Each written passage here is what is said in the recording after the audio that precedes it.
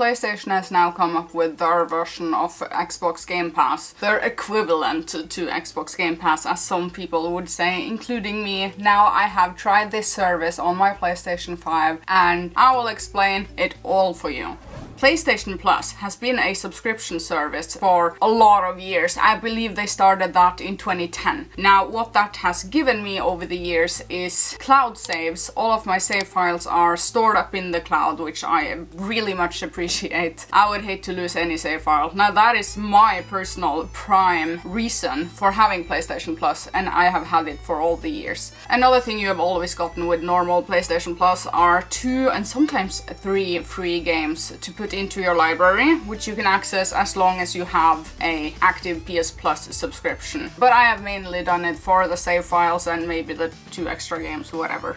Now, there are 3 tiers of PlayStation Plus. You have the Essential, the Extra, and the Premium. The Essential one is the same PlayStation Plus more or less as you are used to. It is $10 a month, $59 annually, if I remember correctly. It's the same stuff. Now, let's go into Extra and Premium. Let's see what they have to offer. With Extra, which I believe will be the most popular tier, you get access to about 400 or more, or was it less? About 400 PS4 and PS5 games. Now this is their equivalent, squiggly fingers, to Xbox's Game Pass. With Premium, on the other hand, even more expensive, which is $120 annually, if I remember correctly again. You get everything from the previous tiers, including a classic library of PlayStation 1, PlayStation 2, and PS3 games. But those are cloud streamed only, which worked perfectly fine on my internet connection. Now, how do I feel about it all?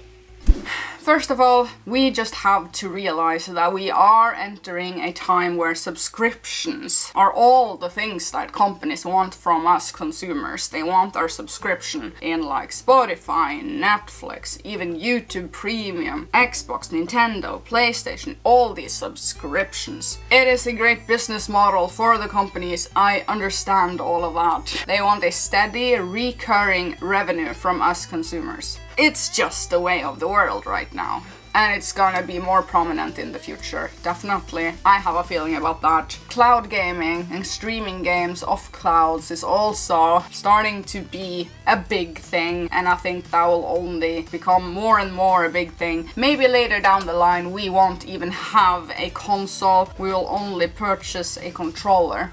And through the controller everything will be streamed off a cloud somewhere.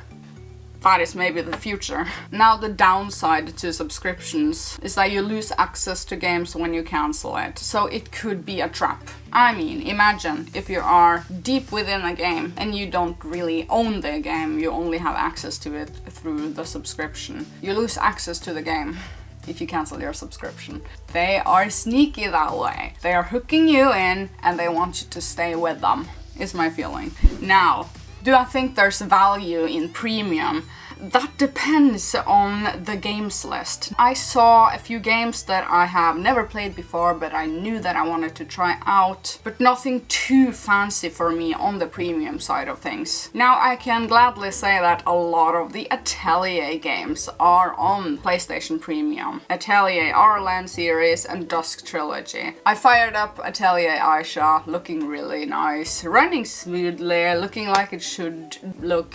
But I was curious if I could continue my PS3 save file, which I know is cloud stored because I logged onto my PS3 to see if my Atelier Aisha game is in the clouds, and yes it is. But on my PlayStation 5 I can only access PS4 and PS5 cloud saves, which then makes me not able to continue my Atelier game, which is a PS3 game, over on my PS5.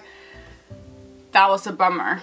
That was actually a bummer. I didn't like that. Then I had to start over again, I mean. Now I also saw Epic Mickey 2 on there. I want to replay that game. It's so cute. Kingdoms of Amalur is also on there. Highly recommend. But I saw Gravity Rush. Now, I have now access to Gravity Rush 1 and 2. They are games that I have been looking at for quite some time. Now is the time I will dive into them. Do I feel that there is value? I would say Essential is essential.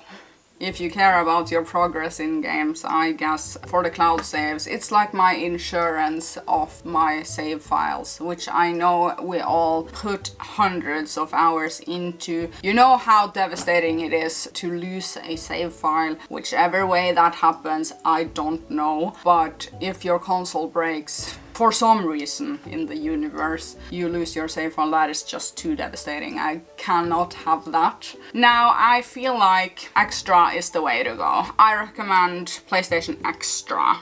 Plus Extra, I mean, which is the mid-tier, because you get that catalog, which is very nice. You can cancel your subscription anytime, but I recommend that. Now, Premium, that is for the especially interested, I think, with the classics library. That is just my honest take on the entire thing. Now, I have a few questions that you asked me on Discord. Let's go over them. The first question is, how do you decide which platform to get a game for? I first decide based on exclusivity, obviously. If something is exclusive to Nintendo, now that is no question then. But other than that, then I decide on what type of game is it. Is it a game that I want to be able to bed game, play on the couch, lie down and handheld play? Then it is the Switch, no doubt. If it is a sort of game that I would like to have on a big screen, on the TV, and sit comfortably with a controller in my hands, I would choose to play that on the PlayStation or the Xbox. And lastly, I decide whether performance is really important to me or not. If it is supposed to be a graphics heavy game, I would much rather play it on my PlayStation 5 than on the Switch, because the Switch is just not as powerful. The Switch is more for bed gaming and handheld gaming. Now lastly, I decide based on whether I want to do trophy hunting or not. And I guess I could also add that if a game is on multiple systems, I may also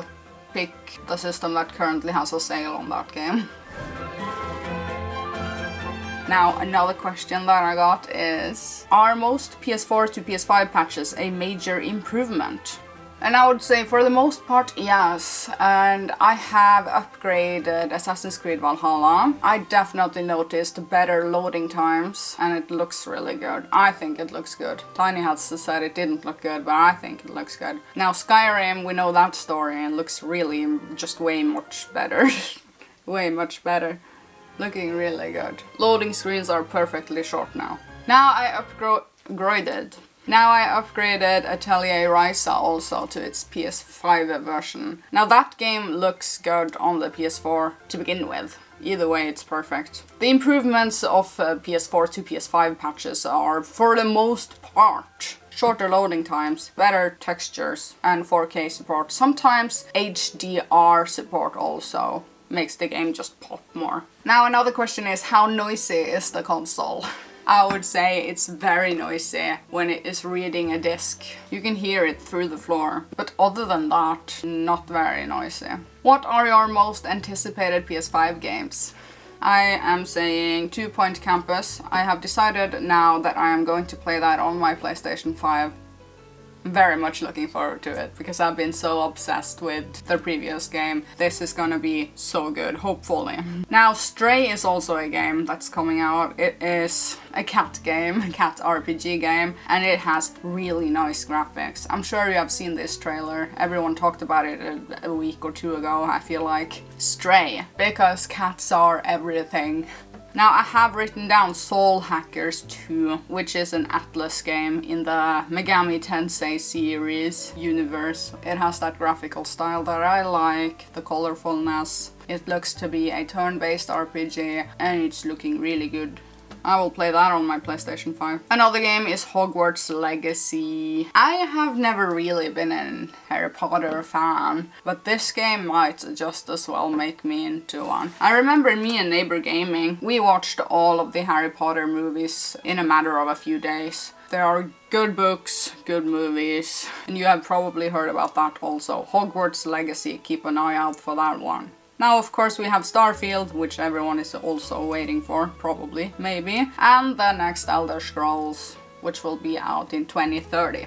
Do you plan on buying any of the colorful faceplates for your PS5? You know what? I ordered black ones. Remember I said that a couple of videos back, but it has just never arrived. So I don't know what's happened. I will just have to order new ones then. But I want black ones. What are some things that you like and dislike about your PS5 compared to the PS4? I want to say that I like everything. There's nothing that really stands out to me, like, wow, this is something that I dislike. But I do miss themes, the ability to have themes in my main menu. But I'm getting used to not having that, so it's not like that is a big issue or something, but because it isn't. I can still say that the menus are sort of confusing. I'm so used to PS4 menus, but I'm getting there. Do you like the PS5 controller? Is it heavy? It's heavy enough, / it's on the heavier side. I still feel like it is a bit too big for my hands. I would like a smaller controller. I would actually want, I hope PlayStation watches this video and take my idea.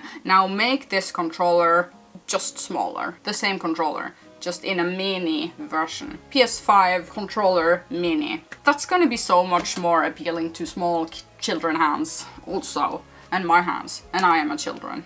What the hell? What about multitasking features? How are they? Apps in the background, etc. Spotify is great. You can play your games with Spotify playing in the background. Now, you cannot play a YouTube video in the background using the app, but I have another sneaky way of doing things. Now, if you send a message to someone, google.com, you click on that, you get the secret web browser for your PS5, you put in there YouTube, you find the video that you want to watch, and then you put the entire thing pinned to the side while playing. Now, that is a weird way to do it. It's a sneaky PS5 hack of doing it, but you can multitask on your PS5.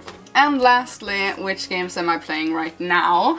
I'm playing quite a lot of games. Now, I have started Ryza 2 all over again. I am currently also completing Crystar, working my way through completing everything within that game. It's a game that I played a couple of years ago, but I picked it up again now. Also Destiny 2 again, which is so different right now from when I actively played it. They are updating that game ridiculously much. Right now, I am looking forward to starting Sniper Elite 4 and Ys 9. Ys 9, which is in the Plus Extra catalog. The naming is terrible. Plus Essential, Plus Extra, Plus Premium. Now, I think that is a long enough video, and I hope I was helpful in some way, shape or form. What? Now I am thirsty. I'm going upstairs to edit this video. Thank you so much for watching, and I will see you later.